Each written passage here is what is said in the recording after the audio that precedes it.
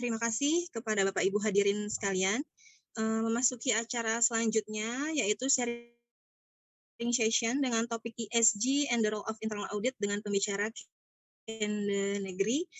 Beliau adalah Senior Manager Risk Advisory Services RSM Australia, dan selaku moderator pada sore hari ini adalah Bapak Abdian Syah Prahasto. Beliau adalah Board of Governor EY Indonesia.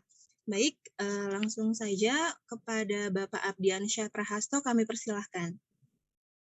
Oke, thank you Mbak Putri. Assalamualaikum warahmatullahi wabarakatuh.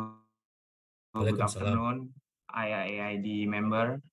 Good night to our presenter, Ken Negeri in Sydney. Thank you for allocating your time tonight, Ken, to share with us in Indonesia. We hope you are all well. Today we will discuss about ESG and the role of internal auditor. It is a white paper from IIA Australia, and we are very honored in here because the author itself will present the white paper, Ken Negeri. Let me read Ken CV. Ken Negeri is a senior manager at RSM with over 11 years of experience with ESG in both the public and private sector in the UK and Australia. He has led engagement involving environmental reporting, ISO 14001 environmental management system, sustainable business network development, and carbon footprinting. Ken also assisted in developing sustainability reporting, which provides stakeholders with assurance that business and sustainability objectives are aligned. He is a registered climate active consultant. Ken graduated from the Manchester Metropolitan University. He holds Bachelor in Geography and Master in Environmental Management and Sustainable Development. He is also a fellow member of Association of Chartered Certified Accountants, or FCCA. He has published 2 white papers for the Institute of Internal Auditors. The first one titled The Benefits of Addressing ESG Risks, and the second one titled ESG and the Role of Internal Audit, which is the one that he will share today.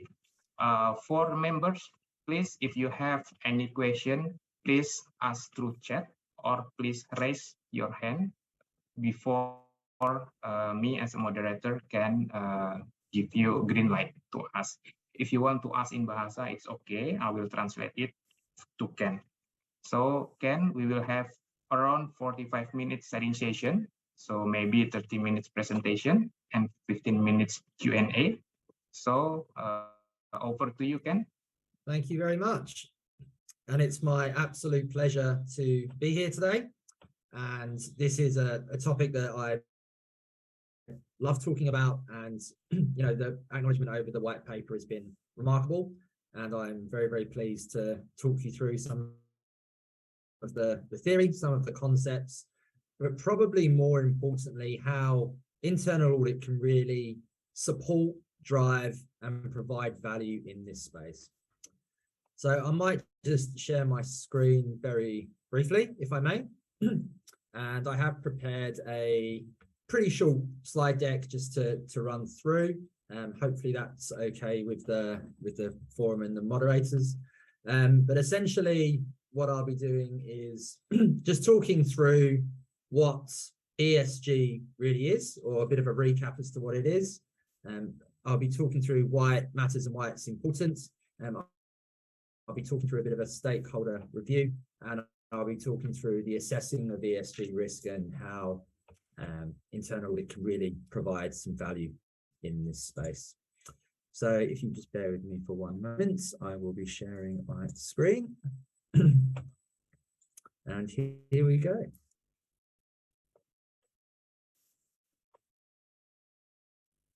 Once I actually share it. So now here we go. So just a little bit of an overview about me again, and the introduction was really powerful, and I do really appreciate the kind words that have been said. But essentially, I've spent my career in this space, and it's been a privilege, and it's an area that I have extreme passion about and passion for. And to be able to talk about it in such a prestigious forum such as IIA Indonesia is a real honor. And as mentioned, I'm actually the proud owner of, or proud publisher, I must say, of 2 white papers. First of which being the benefits of assessing ESG risk, and the second one, essentially how internal audit can play a role in this space. The picture is of a slightly younger version of me, one of those without facial hair. I have grown that in since the COVID times, but I can assure you that is me. So if you see that picture about on LinkedIn or whatnot, that is who I am. So thank you again. I always like starting these presentations and talks of this nature, just recapping really what ESG is. And I always like to start with this diagram. And the diagram on the left, I have been told looks, or the shape at least looks a bit like Australia. But really, I like to use this as an example of the perspective of how you look at ESG. So if you look at the diagram on the left, you'll see that there's a number of words in there which can be related to ESG, or certainly buzzwords in the ESG space. Your eyes are always going to be drawn to certain words, and perhaps those that resonate with you on a bit more of a deeper level. So for me, for example, the first one I see is sustainability. You know, I see principles, I see responsible, and I see a whole load of other words. And the 2 diagrams on the right, now the one in the middle is one of those pictures that you might have seen before. I actually did some research into this prior to this presentation, and it's actually called Rubin's vase. Rubin was a psychologist back in 1915 in Denmark, and he used this diagram as well as many others to try and get insights into how people view certain areas and then make conclusions as to how they think certain ways. Now, the middle diagram with the faces and the vase, you can probably look at that and see both the face and the vase. But the reason why I think this is important is because of the diagram on the right. And what that is with the color and the shading, it's clearly a vase because it's got depth, and we've looked at it in a different way, and there's more meaning and there's more purpose behind that drawing, so it becomes increasingly clear. And I'm hoping at the end of this talk, or this short presentation that I'm going to give of internal audit, that are perhaps our view at the moment, which is it could be a vase, it could be a face. If we actually drill down into some depth, we can see that it is pretty clearly a vase in this case. But in terms of ESG and some of the concepts behind it, I think it's important to revisit what they actually are. So E, S, and G, we know that's environmental, social, and governance. And we all know that they interact with each other for this particular topic. Now, the environmental side of things are probably things that we already know, or we're already aware of in some detail, such as water, energy, carbon intensity, climate change, and typically a lot of the green areas and the green aspects of the ESG side.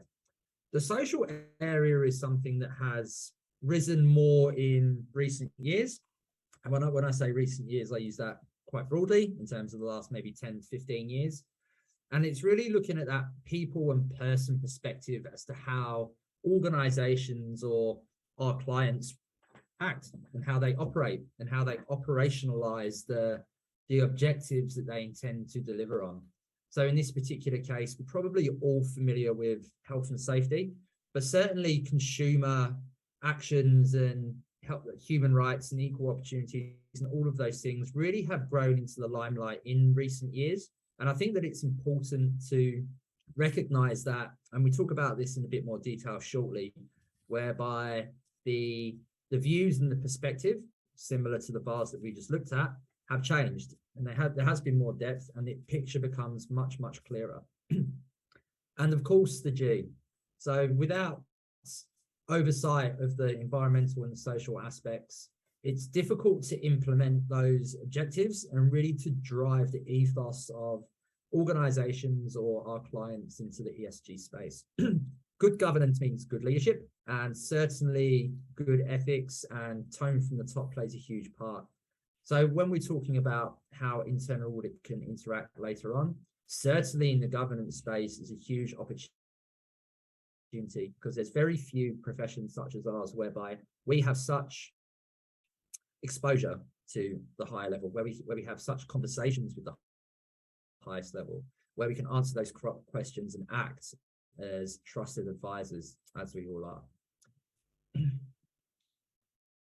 And I think one of the other important areas to focus on is when we talk about ESG and risk. Now, we all know the definitions of risk, but I particularly like the ISO 31000 standard definition, which is the effect of uncertainty on objectives. Now, that doesn't say negative impacts on objectives. That doesn't say the risk of objectives not being met. It says the effect of uncertainty on objectives. And with ESG, it's very important, I think, to recognize that risk goes in both directions. Your uncertainty of risk and objectives may be poor, or they may be positive. There may be upside risk. And being aware of what that is equally as important from my perspective as internal auditors, as just seeing what the consequences of failure are in the risk space. So I'll talk about this in more detail shortly as well. But in terms of just higher level upside risks, we're talking about an increase in stakeholder engagement for our clients or organizations as a whole. And with stakeholder engagement, there's a phrase that we have, which is knowledge is power. And the more that you can engage with your stakeholders, whether that be customers, whether that be shareholders, whoever that may be, the more information and the more perspective that you can drive from that area is extremely important as to how you can deliver on your objectives going forward. An increase in reputation, an increase in customer base, investors as well. And when we're talking about things like green bonds, or we're talking about venture capitalists investing in an idea that adheres to their own. So there's a very interesting diagram from Simon Sinek, who is a individual that I found on LinkedIn actually, but he does talk a lot about this, and he uses the example of Apple products. And he says that it isn't so much what they do, it's why they do it. And it's that why they do it, which is how they get the engagement from their stakeholders and essentially how they get their customers. So organizations that have visions and ethos and purpose and drive the same as their customers or their stakeholder base really does impact how they operate, and impacting how they operate, particularly if the customer base or stakeholders is interested in ESG, is very, very critical to understand.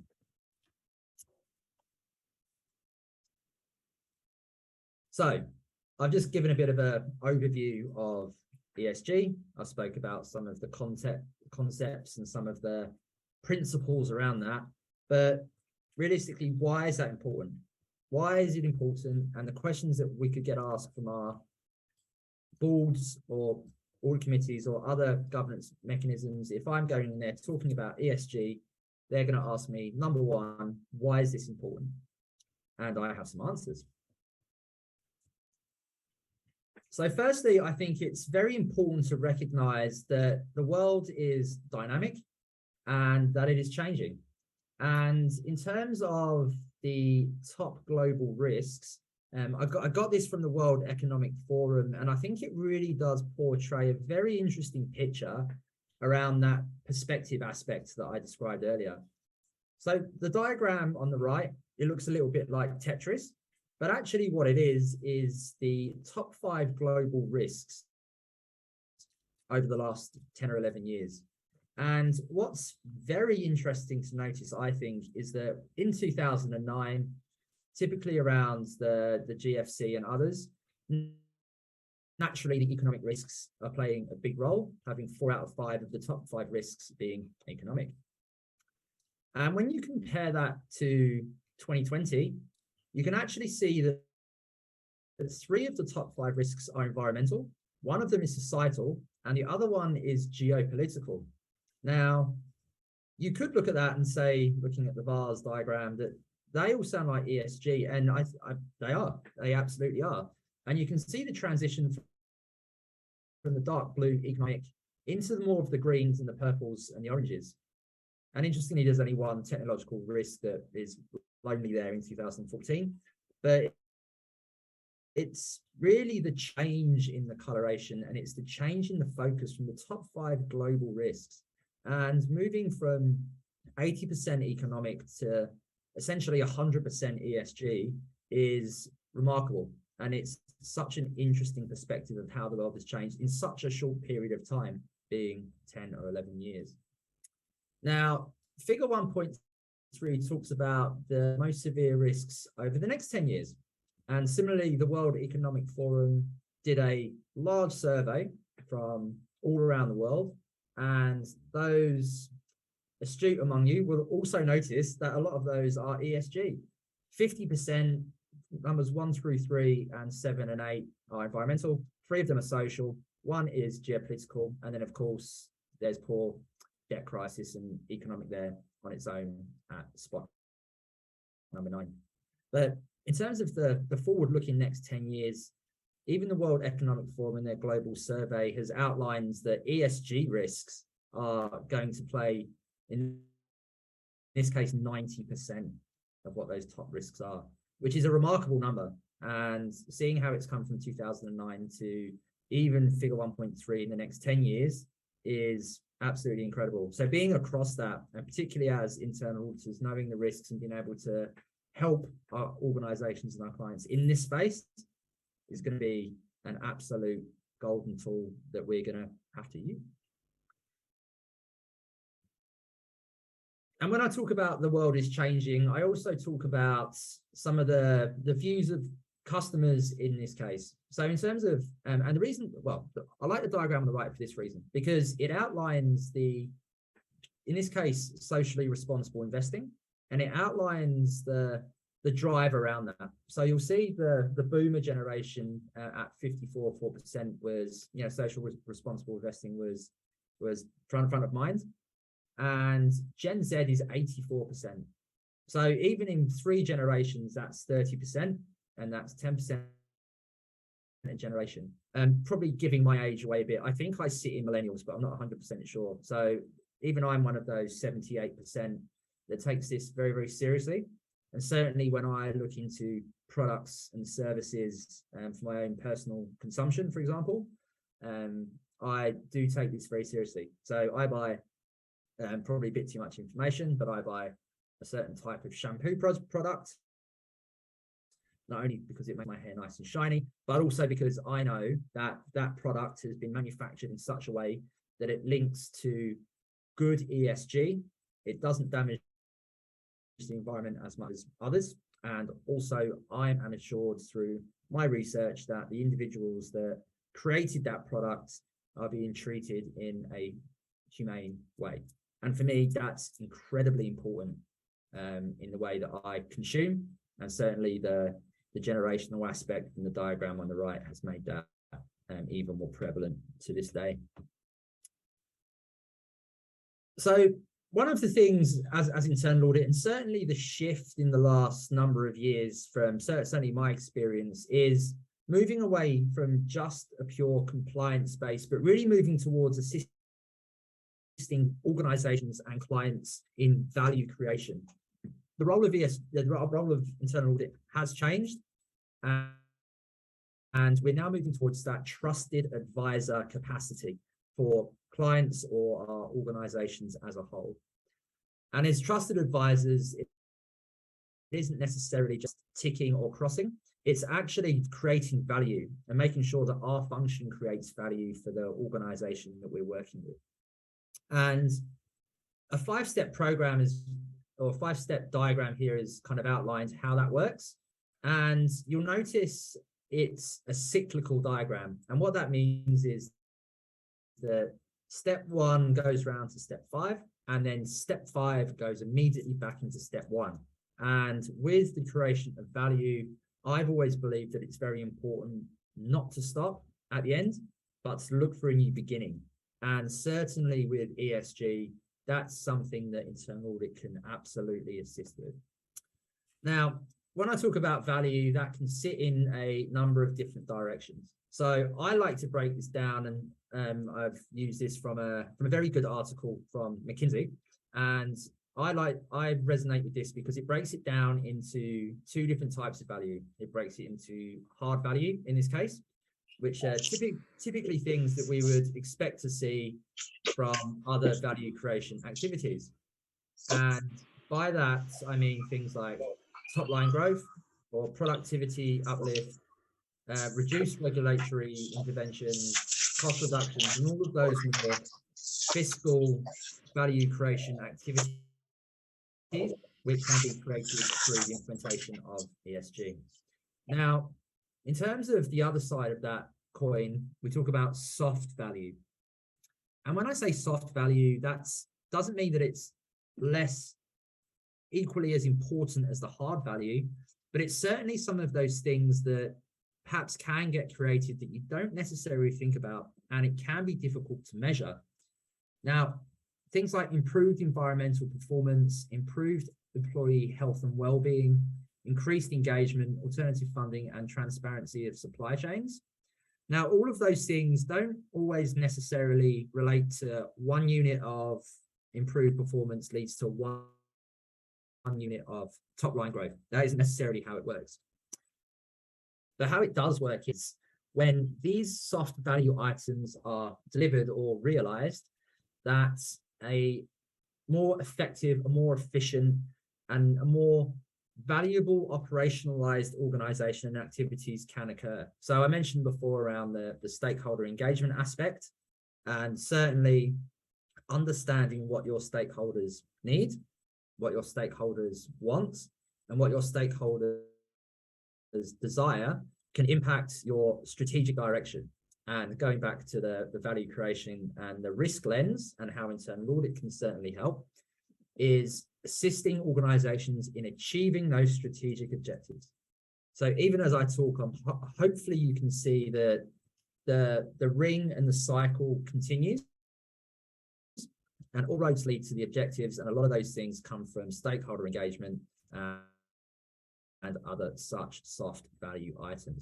And the improved health and well-being is a very interesting item. So in doing research in this space, and kind of similar to that Simon Sinek theme that I mentioned previously, that a study was conducted which outlines that employees that believe in the same purpose as the organization do typically tend to work more efficiently and effectively. And again, it's going back to that why.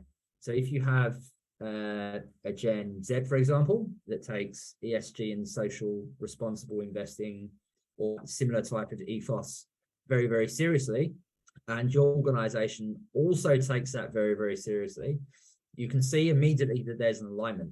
And if there's an alignment, then there's congruence. And if there's congruence, we all work better together. So that's difficult to measure, and that's difficult to put one unit on the top line, but certainly it's important, and it does drive those soft value creation items, which we've been describing just now. So I talk about being a trusted advisor, and I think that's very, very important to have that mindset in internal audit in the modern age. And I see that the challenge for organizations, and certainly my experience with some of the challenges for organizations, is that it's difficult to know necessarily where to start. And the reason for that is because there's quite a lot out there at the moment, and knowing which format to use, which framework to model yourself against, which reports to write, why to write them, and the data behind it, it all sounds extremely intimidating. And as internal auditors, that can also sound extremely intimidating. But one of the messages to take away, I think, from this particular presentation is that as internal auditors, we do this every single day. We look at the value creation activities, we look at risk, we look at reporting, we look at internal controls, we look at all of these aspects every single day. So when we're talking about applying internal audit and the role that we can play in ESG and driving that forward, it's not overly different to what we already do. It's looking at that vase and vase picture with a slightly different perspective, it's looking at it in a bit more depth, and the picture is very clear. The methodologies we use are robust, and they have been for many years. So applying that to a different canvas is really how this can be driven.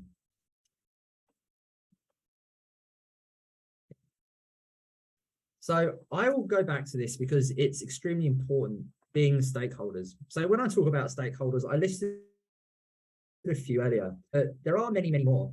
And ensuring that organizations are across this, or at least have strategic objectives which consider each of these areas, is vital for achieving what we want to achieve. So I've mentioned employees a few times, consumers, shareholders, investors, NGOs, but public policy is one which is a big grey box there. And it's only going to become bigger and greater, essentially, as the legislation catches up to the drive and the ethos, and as the purpose and the paper behind it drives forward, that's going to become increasingly important.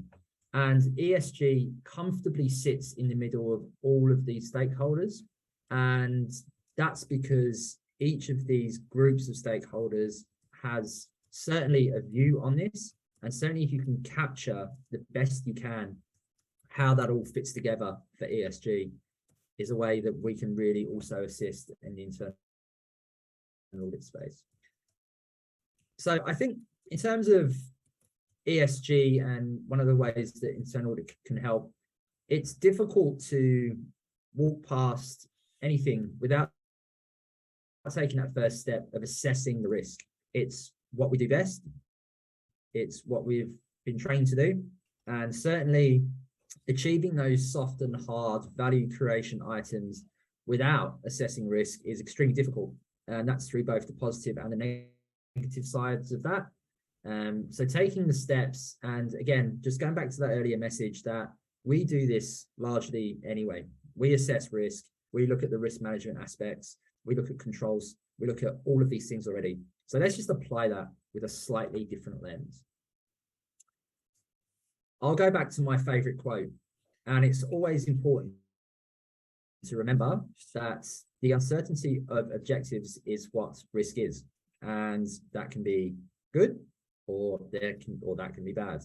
So with ESG, hopefully, if just recapping the last 10 minutes or so, it's becoming clear that upside risk, although difficult to measure, does have clear outputs, and recognizing that in the work that we do is a way to drive this forward. It's a way to make some real difference, and it's a way that ESG can be embedded within our organizations and our client bases, and we have a key role to play in that in our role as trusted advisors.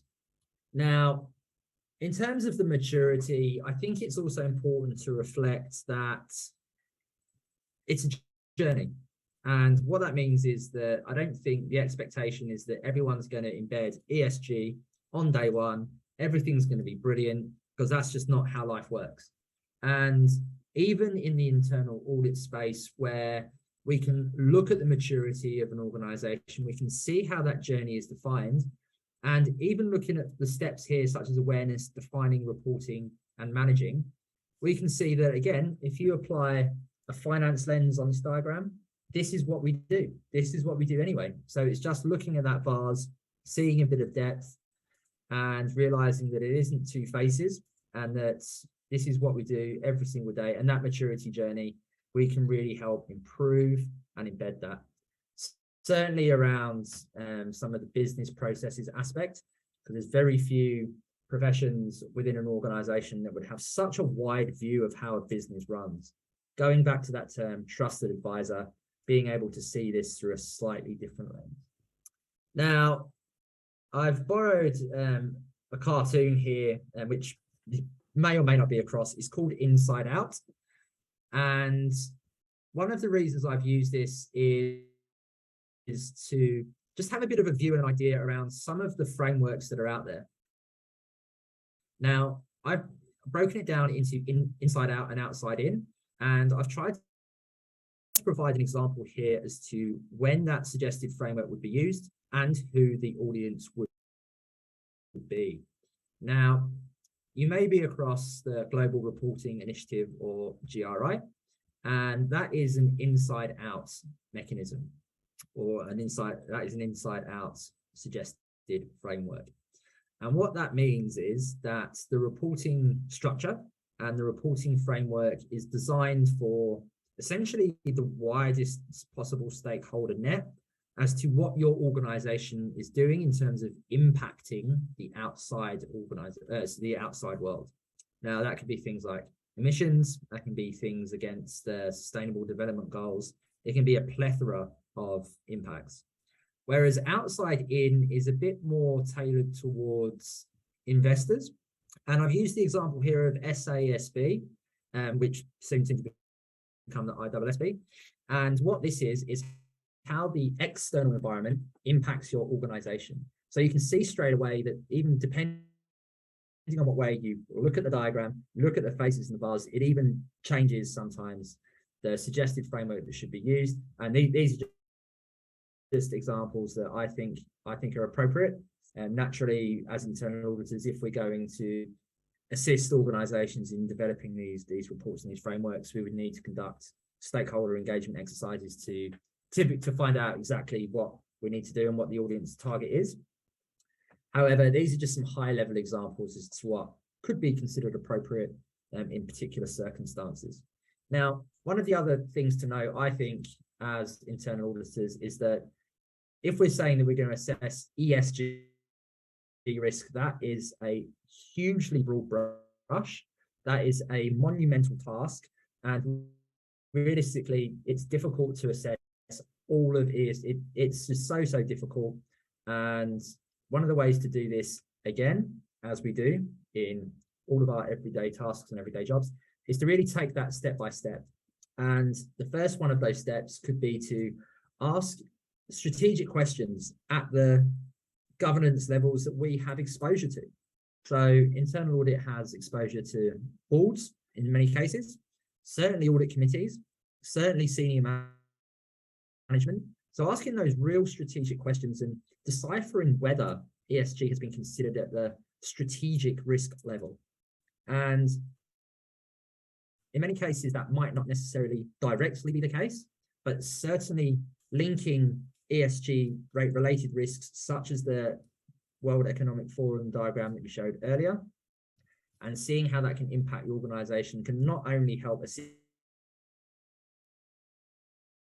in assessing the framework that we want to use, it can not only assist in achieving strategic objectives outside of what is already there, but it can also really help drive a positive ethos in the world, in the stakeholder perspectives, and certainly at an internal stakeholder level as well, increasing the efficiencies and driving better practice and good change going forward. And again, looking at the risk and looking at the reward is part of our usual methodology, but I do really think that it's important to reflect that strategy essentially can assist in driving a lot of these areas of focus. The performance aspect we'll talk about very shortly, and the rewards can be hard or soft value creation. So I'm hoping that as I talk, and a little bit conscious of time, so I'm sorry, I do get passionate about this, and so I'll try and speed things up a little bit, but you can hopefully certainly see that it's a very cyclical process, and each of these things that I'm describing fit together, and they impact each other, and they all work together to achieve a really good benefit for our organization. Similarly, you'll see that a lot of these diagrams are fairly similar, but they talk about different things in a slightly more detailed way. So in this particular case, we're talking about some of the benefits of reporting and disclosing. And one of my favorite real parts of this, and one of the key areas that I think internal audit can really get involved in, is the review and reward. So it's all well and good doing steps 1 to 3, but seeing how we've done, seeing how some of the controls have worked, seeing how the efficiencies along the way and the improvement opportunities that have been identified are paying dividends. These are all key areas that internal audit can get involved in and really drive not only the reward aspect, but also the reward. And the reward is those hard and soft value creation. Now, one way to measure this is through metrics, and certain metrics need to be meaningful for them to add value to the organization. And I've borrowed this diagram from an organization called Exchange here in Australia. And what this has done is outline some examples of what those key meaningful metrics can be. So you can see that a lot of these areas, you probably can actually apply percentages, numbers, numerics, in order to be able to compare this with not only yourself, but also the wider sector. And I typically like to stress, particularly to clients that I deal with, that it isn't necessarily trying to beat your competitor in this space. It's about driving improvements, driving the small changes, and starting that journey, the maturity journey, from what it is as a baseline and improving that year on year. We don't want to necessarily jump straight to the final hurdle. If we reach too far, we're going to fall. So let's just improve bit by bit, and we can see the results come flying in. So, again, just really conscious of time, so I'm really sorry. So the role of internal audit, I think just going back to some of the client challenges that I know for particularly some of our clients, that looking at the frameworks and seeing which one to use can be extremely difficult. And I think a really good way to actually outline this is even looking at ratings agencies for stock, and you can see that they all use different ones. And I do think it's quite interesting that Bloomberg Professional Services actually doesn't use TCFD, which Michael Bloomberg helped create. So we can see that even at this kind of level, with the scrutiny that goes into rating agencies, that they still use things very, very differently. And kind of moving towards a bit more of the finance aspects as well, we can see that certainly looking at controls around financial statements and assets and all of these things that we look at on probably a day-to-day basis, we can see that ESG's impacting factors can impact all of those things. And these are just some examples of some risks which perhaps difficult to put numbers on, but certainly will increase those, certainly will impact those financial statements if the appropriate controls, mechanisms, and processes are not in place to safeguard the assets in our organizations as a whole. So I'll go back to this because I do think it's important to outline how internal audit can really, really help. And I keep going back to that term, trusted advisor. We are certainly in a different area and certainly have a different focus now. And I think that internal audit is seen very differently to the way that it once was. And I think that conveying a message and having that understanding that operations and strategic impacts are going to happen because of ESG risks. And because of that, we need to be across those and be able to advise our clients and our audit committees and our boards as to what that actually means. And the other really key point, which I keep going back to, is we already have the skills, knowledge, and experience anyway in doing exactly this. I hope that when I've been talking about this area, that it doesn't sound like anything new as to how we do it. It's just the subject matter is different. So we already have the skills, knowledge, and experience to add value in this space. So let's take that ESG lens and let's really move forward together.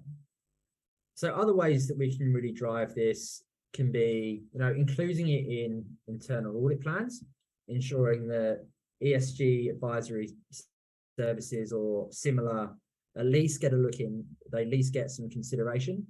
And then certainly the way we go through the engagement planning, still looking at processes and controls, we can still look at the input data for meaningful metrics, and certainly the reporting to the stakeholders. We already report at the highest level, so we can ensure that the right people see the work that we do, and certainly how ESG risks can impact that in the future. So almost exactly on time, which I'm quite proud of, but I just want to take us through just maybe some final thoughts. And what this good-looking guy is thinking about here is the journey. the journey of where ESG has come from over the last 30 years or so. In 1992, the Rio Summit got together. That was also the same year that Whitney Houston was #1 with that song from The Bodyguard. And it was also the year that Denmark won the Football European Championships. But more importantly, it was that Rio Summit that got everyone together, got a number of organizations together to really try and make a difference and to drive some change. And seeing where we've come, and certainly the World Economic Forum think that it's only going to go the same direction in terms of a risk base in the next 10 years. It's clear that not only is ESG important, but also that internal audit has a crucial role in where this is going to end up.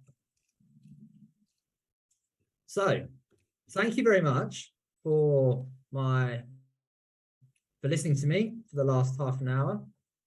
I will stop sharing my screen, and I'll be delighted to take any questions that you may have. And I'll certainly be delighted to answer them the very best that I can. Thank you, Ken, for your amazing presentation. We learned a lot today. Maybe I can recap a while for our member here that we already hear from Ken that he started with definition of ESG, and I like one of his thought that internal audit can give significant impact to ESG exposure. We position high in organization, yeah. So we have the opportunity to really drive the ESG implementation. I like that quote. And then also we got insight from World Economic Forum top risk that 8 of 10 top risks now, 80%, it is related to environment and social. So it really drive how the ESG implementation will be in the coming years. And then also Ken shared about the challenge for organization. The most difficult challenge is how to know where to start for organizations. Maybe we experience that as well in Indonesia. And then also he shared about the ESG maturity, 4 level of ESG maturity. And then one of the most important thing that we should approach ESG risk-based. So focus on risk-based ESG implementation, and then create roadmap to implement that. And also don't forget to create meaningful metrics. And then lastly, he closed with slide how internal audit can help. Basically, internal audit can promote the ESG. After it is implemented, we can assure. And then the last one is confirm if ESG is being one of the scope of risk management. Okay, thank you, Ken. We have a question, Ken, in chat box. It is from Pak Antonius Gunadi. Thank you, Pak Antonius, for your questions. I will read the questions to you, Ken. Yeah, there are cases where the companies consciously decided to have strategies that not fully in line with ESG. For example, Starbucks or Amazon against Union. Some palm oil companies in Southeast Asia do not want to use RSPO standards, etc. In your view, what can the internal audit function in those companies do more to add values? Thank you. That is a wonderful question, and one that I really like to answer, and I do get it a fair bit. So just using those companies as examples, I hope that it's come across quite clear that ESG is not an easy thing to consider. But even if that is the case, I think that looking at the top risks over the next 10 years for the World Economic Forum, with 9 out of those 10 risks being ESG related, that to ignore or to not want to consider ESG is essentially a hiding to nowhere. Because if you're ignoring 9 out of 10 global risks, then I think it's going to be very difficult for companies to operate in an efficient way going forward. So certainly I think that internal audit and risk management, but in particular internal audit, in our capacity as trusted advisors, I think there's a responsibility to certainly be across those future risks or those emerging risks and be able to help organizations, particularly those that don't want to, at least consider, at least have an overview, at least understand the direction that the top risks are going. And you know what? That's the best time to help. All right. Thank you, Ken. Anton, do you think your question is answered? Thank you, Audit. Thank you, Ken. I have another question, if I may. Please, Anton, please. Yes, Ken. One of the component in ESG is the S thing, social, and we know that is pretty much depending on the culture and the context.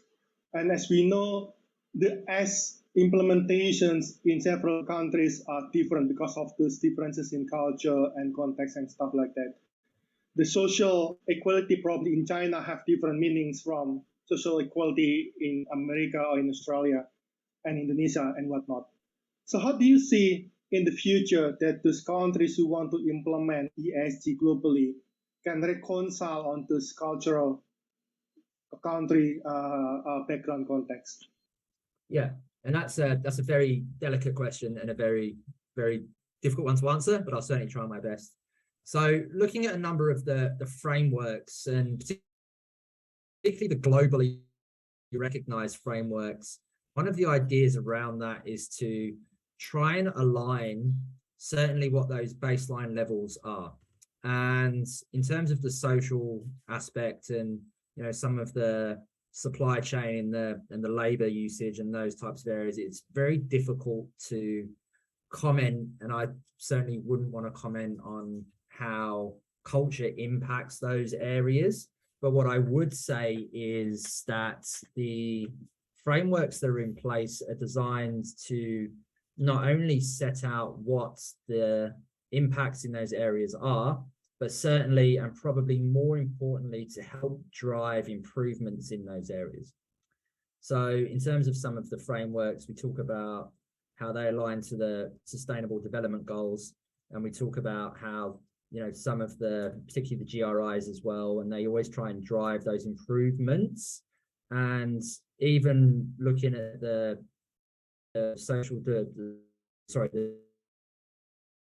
a pretty good body to outline what some of those minimum areas could be. But certainly from my perspective, it's about improving, it's about driving change, and it's about ensuring that organizations can act sustainably, not just in the environment space, but also in the social space as well. Thank you. Right. Thank you, Ken. Thank you, Anton. For other members, do you have any questions? You can ask through chat or raise hand. Okay, we have another question, Ken. It is from Ibu Dewi. Thank you, Ibu Dewi. The question is, how can we measure and balance the return to investor to the ESG investment? How can we balance the return to the ESG investment? So in terms of the investment space, and again, typically there's different frameworks to assist in driving this. I certainly wouldn't say that I'd be across exactly how the return to the investors would be.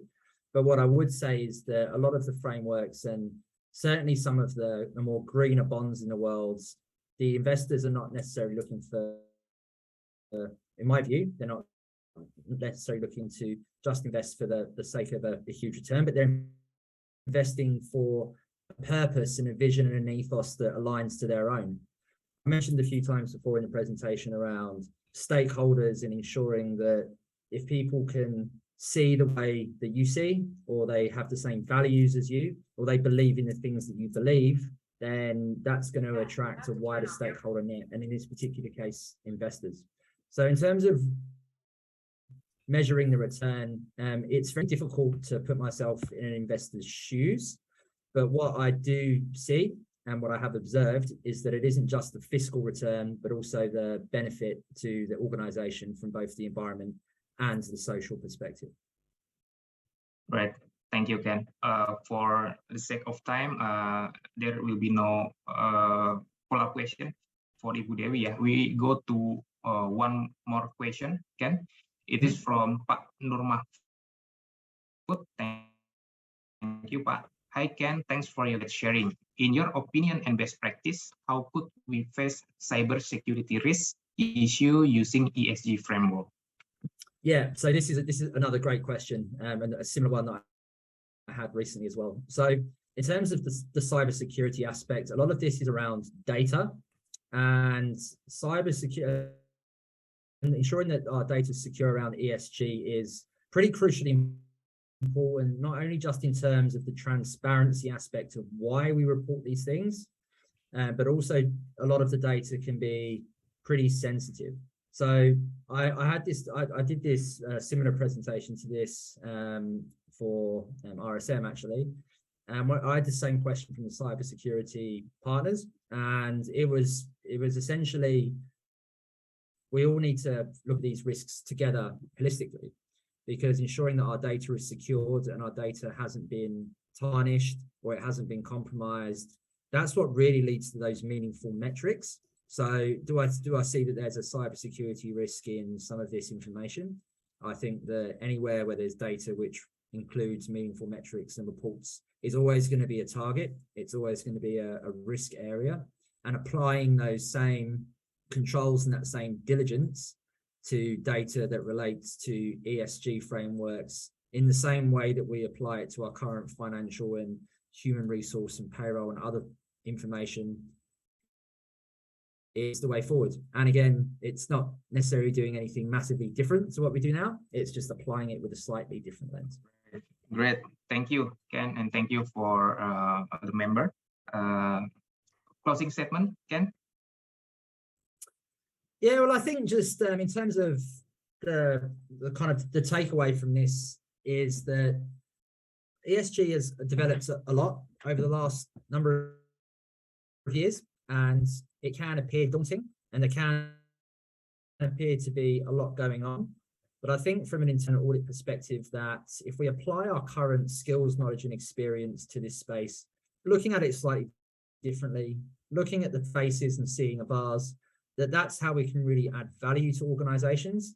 And certainly in our role as trusted advisors, well, I think that we have an air of accountability around this as well, and ensuring that the organizations that we support take the risks and feel the benefits that outputs of ESG can really provide to us all, not just in an organizational sense, but in a global human sense. All right, so this time is the best opportunity for internal audit to be a trusted advisor, yeah, by advocating ESG implementation in organizations. Okay, thank you so much, Ken. We are very honored to have you here. My pleasure. Yeah, we hope not too late in Sydney, so you still have time for your dinner. That's where I'm going now. Yeah. Okay. Okay. Thank you so much, Ken. We are very honored. Thank you for the members. I will give back the time to MC, Mbak Putri. Over to you, Mbak. Thanks, Ken. Thanks, Ken. My pleasure. Thank you. Ya, baik, Bapak Abdiansyah Praso, terima kasih. Dan thanks to Ken for the sharing and knowledge which have been given to us. Maybe may it be useful for us. Baik Bapak Ibu sekalian, demikian tadi sharing session yang disampaikan oleh Ken Denegri selaku Senior Manager Risk Advisory Services RSM Australia. Semoga dapat memberikan tambahan insight atau pengetahuan dalam profesi Bapak Ibu saat